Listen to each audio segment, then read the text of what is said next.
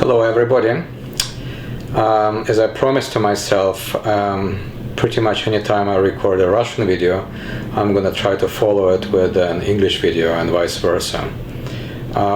So I recorded a pretty terrible video about spiritual pain, spiritual hunger, and spiritual path. So I want to follow that with the English version, with an English version, which is what this is.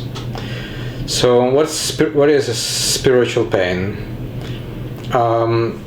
Strictly speaking, is when you feel really restricted by the thought forms around you, the thoughts that surround you, that is the beliefs, the culture, the personalities around you, and your own personality, your own mind, ego personality, to use a term I used in my second book. So it's a strange kind of pain because it's the most abstract pain that you can have. So if you have a toothache, that's fairly easy to identify here. If you have a heartache, emotional pain, or someone hurt you emotionally, for many people it's difficult to pinpoint where that is. Spiritual pain is even harder because it's much more abstract. It's a pain that is not within your personality. It's like some kind of strange amorphous discomfort that that people feel. And when you really identify it, you realize that you have had enough being in human society, being a human being. You want to cast away all these different rules, conventions, culture, religious beliefs, and stuff like that.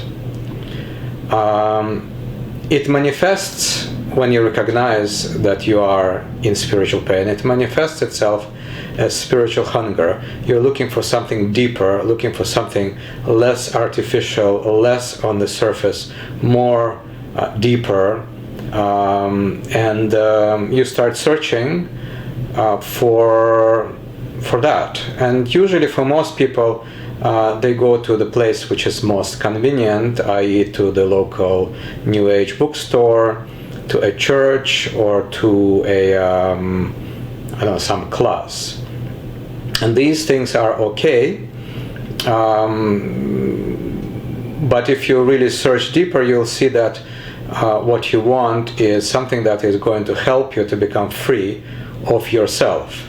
In other words, on your movement from small self to bigger self, to the self with a big S, you want to somehow get rid of your small self. By the way, you cannot get rid of your small self. If you do, you'll die, and you will not have the vehicle for the spiritual path. So that path from small self to big self is the spiritual path. And the way it goes around is that you start doing some kind of contemplative practice. If you have true spiritual hunger, this contemplation will naturally happen to you. You will naturally start reading the right books, some kind of spiritual books, biographies maybe of spiritual people.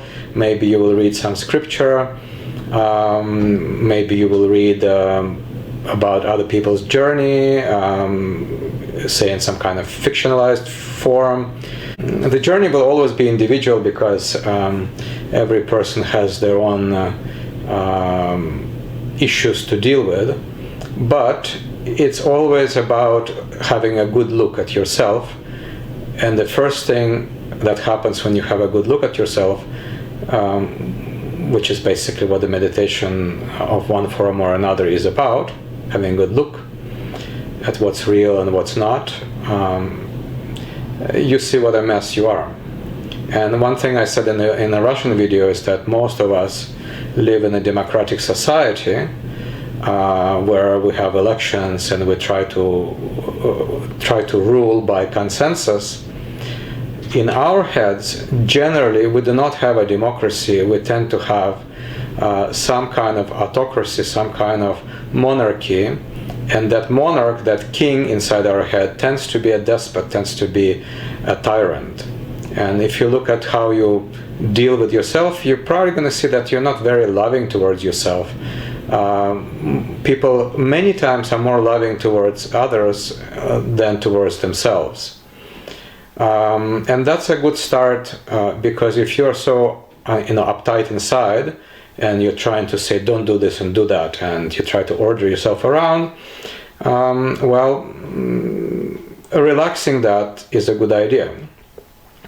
We seg here into my famous key vortex, which appears pretty prominently in my book Modern Serious Vortices, and that is about relax, enjoy, and do something useful. If you follow that, you will go pretty nicely on your spiritual path, at least initially. So it's about relaxing into who you really are the best you can. Then if you do that, it will be a lot easier than to enjoy whatever you want to, whatever present moment you're in, to enjoy that. And then, because we're all, we are, at least in theory, action-oriented, if you do something useful, that's going to carry you over through experience to the next step in your life.